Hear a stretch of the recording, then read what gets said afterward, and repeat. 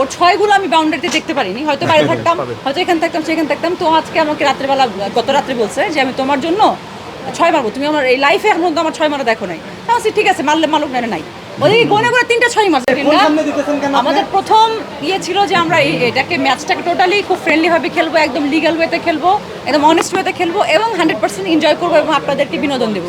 I think আমরা সেটা পেরেছি। সালমান, তোমার কি মনে হয়? হ্যাঁ, মানে এফোর্ট ছিল আমাদের, বাট আমরা সবসময় চেয়েছি যে খেলাটা যেন এত সিরিয়াস না হয়ে যায় যে সেটা আমাদের সম্পর্কের উপরে মানে প্রভাব ফেলে। না, আমাদের কারোর সাথে সম্পর্ক কোনো, বাট আমরা খেলাটাকে সিরিয়াসলি খেলেছি। বাট সেটা আমাদের কিছু জায়গা থেকে আমরা অবশ্যই সচেতন ছিলাম যে যাই হোক, আফটার অল এটা ফ্রেন্ডলি গেম।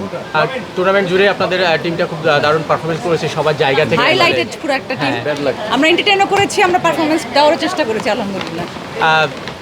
সর্বোপরি যদি আপনাদের পারফরমেন্স নিয়ে একটু জিজ্ঞেস করি, আর ইউ হ্যাপি আপনাদের পারফরমেন্স নিয়ে? আমি তো আজকে বেশি হ্যাপি, কারণ এর আগে যতগুলো সালমান ম্যাচ খেলেছে ওর ছয়গুলো আমি বাউন্ডারিতে দেখতে পারিনি, হয়তো বাইরে থাকতাম, হয়তো এখানে থাকতাম সেখানে থাকতাম। তো আজকে আমাকে রাত্রেবেলা গত রাত্রে বলছে যে আমি তোমার জন্য ছয় মারবো, তুমি আমার এই লাইফে এখন পর্যন্ত আমার ছয় মারা দেখো নাই। তাহলে ঠিক আছে, মারলে মালুক না নাই।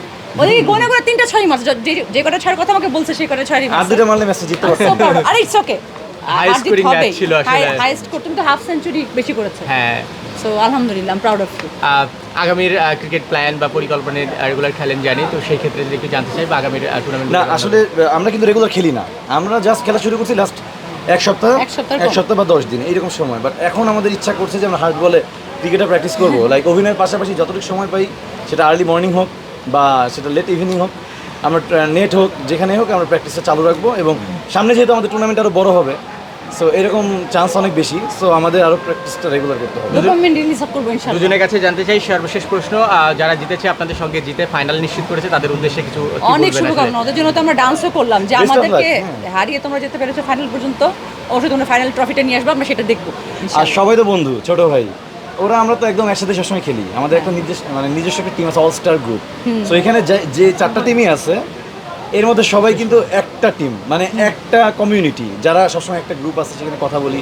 একটা গ্রুপে 4টা ভাগ হয়েছে, একটা গ্রুপে 4টা ভাগ হয়েছে এখানে খেলতে। সো এখানে পর কেউ নাই, সবাই মা দিবস নিয়ে কিছু যাচ্ছে, আগামীকাল মা দিবস।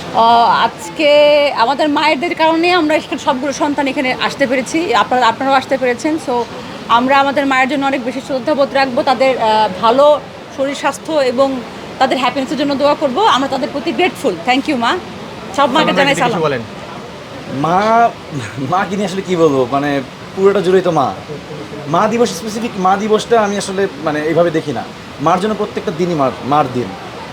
মা দিবস মানে স্পেসিফিক সেটা একটা উইশ করে দিলাম। থ্যাংক ইউ আম্মু, আমাদেরকে এত ভালোভাবে বড় করার জন্য, যেটা আমরা তোমাদেরকে প্রাউড ফিল করাতে পারছি। জানি না তোমরা প্রাউড ফিল করলে আমাদের জন্য আরো দোয়া করবে প্লিজ। Thank you.